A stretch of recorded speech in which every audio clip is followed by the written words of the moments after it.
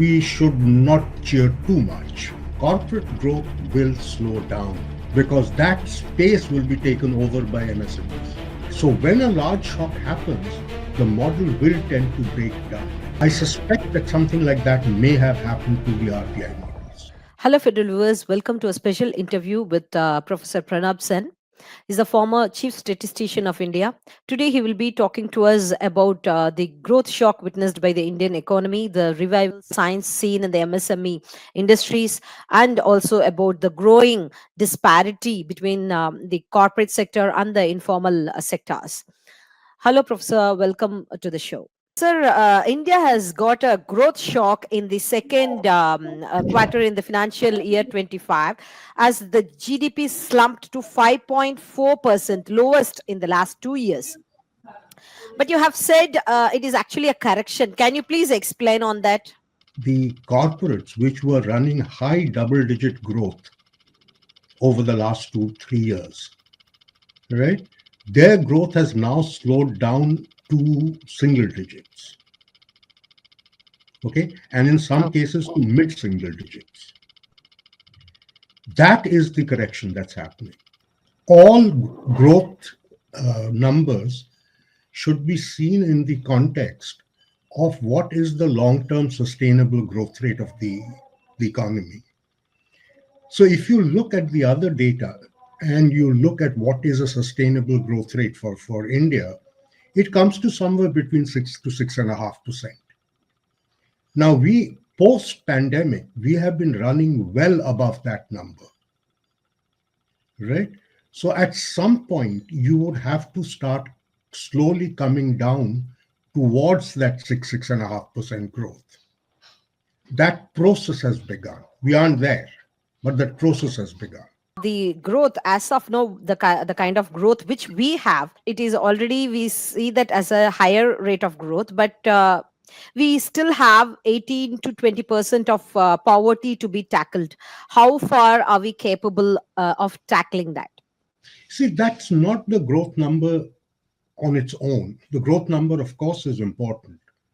A lot depends on where the growth is coming from. So if you really look at the areas where employment is generated and poverty is affected, these are usually agriculture, because that's where most of the rural areas are, where most of the poor stay, and the MSMEs, who are spread out all over the country. Now, agriculture hasn't done that well, although in this particular quarterly figure, if you look, it's done about 3.5%, which looks pretty good. But when you look at it in the context that, prior to this, it was running less than 2%, we should not cheer too much. It's only if agriculture comes to about 3% that things will start moving in rural India. Professor, I spoke to many associations related to MSME sector, many women entrepreneurs who are running the MSMEs. And you are aware that close to, the big share of MSMEs come from states like Tamil Nadu and mainly in the southern part of India. They are not benefited from any of the schemes, even for that matter, Mudra loans. They say they could not see any big hope in those loans helping the MSME because they think they are burdened with GST and what the loss which they met during the pandemic. They are still unable to come out of that. This is correct. I mean, what they're saying is absolutely right. But if one looks at the banking data, you find that over the last quarter, the quarter before this, I mean, was the first time in 4 years that MSME loans started to grow. Prior to that, the banks were simply not giving money to MSMEs at all. So now not only is some working capital going, but there's also a little bit of term loans also being given. So these numbers will show up later. And also remember that, yes, Tamil Nadu is a major MSME area, but Tamil Nadu was not hit as badly as the two other areas which were very heavily reliant on MSMEs, which are UP and Bengal. They are also states with very large proportion of the MSMEs. So I don't know what's happening, how it is distributed, because the data doesn't give us the region-wise distribution of the bank credit. But let's hope this is happening around the country somewhere, and hopefully will spread over time. During the pandemic and the lockdowns that happened as a result of the pandemic, the MSME sector was hit very badly. And the estimates are about 20% of the MSMEs died. Yeah. Now, the real question in terms of what will happen to poverty depends on how strongly the MSMEs can make a comeback. There is some evidence that the MSMEs are moving forward, but these are very new indications, and we have to see whether they sustain. How do you view the RBI's growth forecast? RBI was the only institution to forecast 7.2% growth, even though the budget suggested 6.5. But do you think, by making this forecast, RBI made the correction, and it is to an extent that it is inevitable? Well, RBI has corrected the annual growth forecast down to 6.6%, which um, which is a lot more reasonable than the 7.2% that they were talking about. Um, so RBI is starting to, I think, slowly come around to the point of view that I've been saying, which is eventually we'll settle down at 6 to 6.5%. Professor, the RBI has estimated a higher growth rate. Where did they go wrong? Do you think the outlook of inflation will change in the view of this development? Well, you see, I'm not sure about all of these are model based. And so RBI has some very, very sophisticated models which do this projection.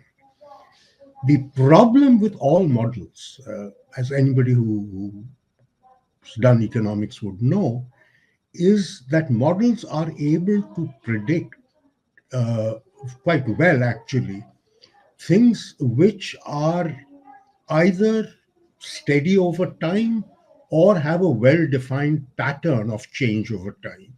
Models are very good at capturing those. Models are very bad at capturing large shocks. Hmm. So when a large shock happens, the model will tend to break down. I Okay. suspect that something like that may have happened to the RBI models. You had mentioned in your earlier talks that the gap between the corporates and the informal sector is becoming more unbalanced in India. So when this disparity between the two sections it gets widened, what does this imbalance mean for us? What it means, you see, basically what happened is post-pandemic, when the MSME sector got badly hit, but consumption recovered very quickly. Within 1 year after the pandemic, consumption was back to normal, right? So there was the market was there, and the corporates took advantage of the situation and the fact that the MSMEs couldn't meet that demand Yeah. and took over a large part of the market share that the MSMEs used to have pre-pandemic.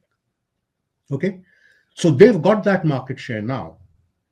Now, when the new MSMEs are coming back, they are going to have to eat into the market that the corporates are having today. Okay.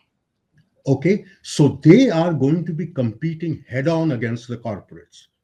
Now, that is an uneven match. I mean, very clearly, you have an MSME versus a corporate. But the MSMEs in India have historically have shown that they are able to compete and they are able to make a comeback. So let's just keep our fingers crossed and hope that happens. How will this be helpful for a country like India with a huge Employment, population and yeah. employment. Look, the fact is that the corporates are very efficient, they make very good quality products, all of that.